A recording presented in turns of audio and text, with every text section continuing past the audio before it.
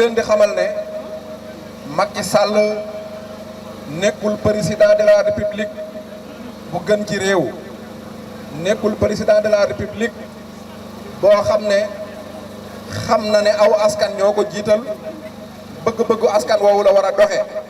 xam ngeen nan ngeen koy xamee ñaari yoon mi ngi nii ñi ngi taxaw fii di marche pour ñu libérer détenus politiques yi nekk ci réew mi. dund dëgg-dëgg buñ koy wax liberté la. liberté nag liberté d'exprimer moo ci jiitu doog a ñëw liberté d'expression doog a ñëw. bis bu nekk ñu tijji rajo yi ci Sénégal naan nit ñi wax leen seen xalaat waaye waxuñu ñu ay xalaat mooy waxuñu ñu dëgg. presse bu jeng politiciens yu jeng imam yu jeng kilifa diine yu jeng loolu rek moo fees Sénégal. Macky Sall bu fekkoonte ne nit ñi danañ ko wax dëgg nii mu nekk ci réew mi di tëj ay nit parce que da doon reetaan loolu du am. waaye nañ xam ne otage lan mooy otage mooy koo xam ne nii ay nit ñoo dajaloo def la otage. gis nga Cheikh Omar Diagne Macky Sall moo la gën a nekk otage téeméeri junni yoon. Abdou Karim Gueye moo la gën a nekk otage Macky Sall moo ko gën a nekk otage téeméeri junni yoon. Ami Dia Macky Sall moo la gën a nekk otage téeméeri junni yoon parce que moom dafa nekk ci ñetti otage. benn otage bu njëkk bi mooy France mi nga xam ne moo taal Tchad topp ci ginnaawam di ko dicté te sañu ta day bañ loolu benn otage la.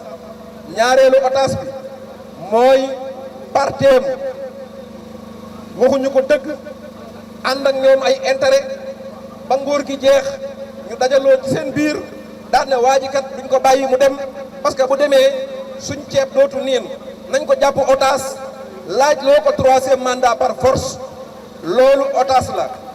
beneen bi ci des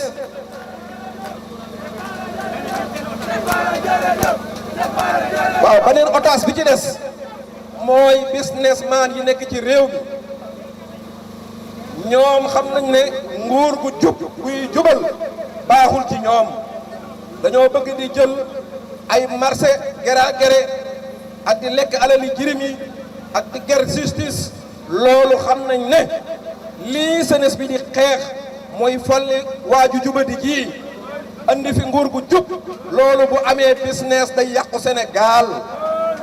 ñoom businessman yooyu ñoo dajaloo ñoom itam di dajaley xaalis di influencer ay analyste di influencer ay journaliste naan Macky Sall danañ ko lijjanti danañ ko fexe bu 3e mandat jotee di nga ko def.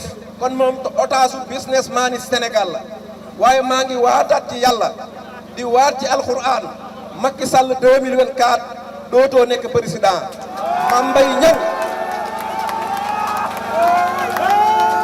Mame Mbaye Niang amal jom amal gàcca nekkal julit.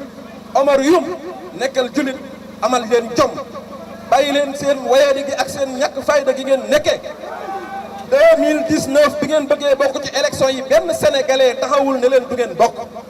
kon 2024 bu ngeen bëggee ñëw taxaw di théorie nit ñi cela veut dire que waroo leen a bokk. ku leen mën a wax ci àdduna 2024 bu weesoo Macky Sall dina duggati ci palais bii yow Mame Mbaye Niang nga di ko fa fekk yàgg Omar Youm billahi wallahi kooku waxu leen dëgg. da ngeen di wàcc da ngeen di wàcc da ngeen di wàcc.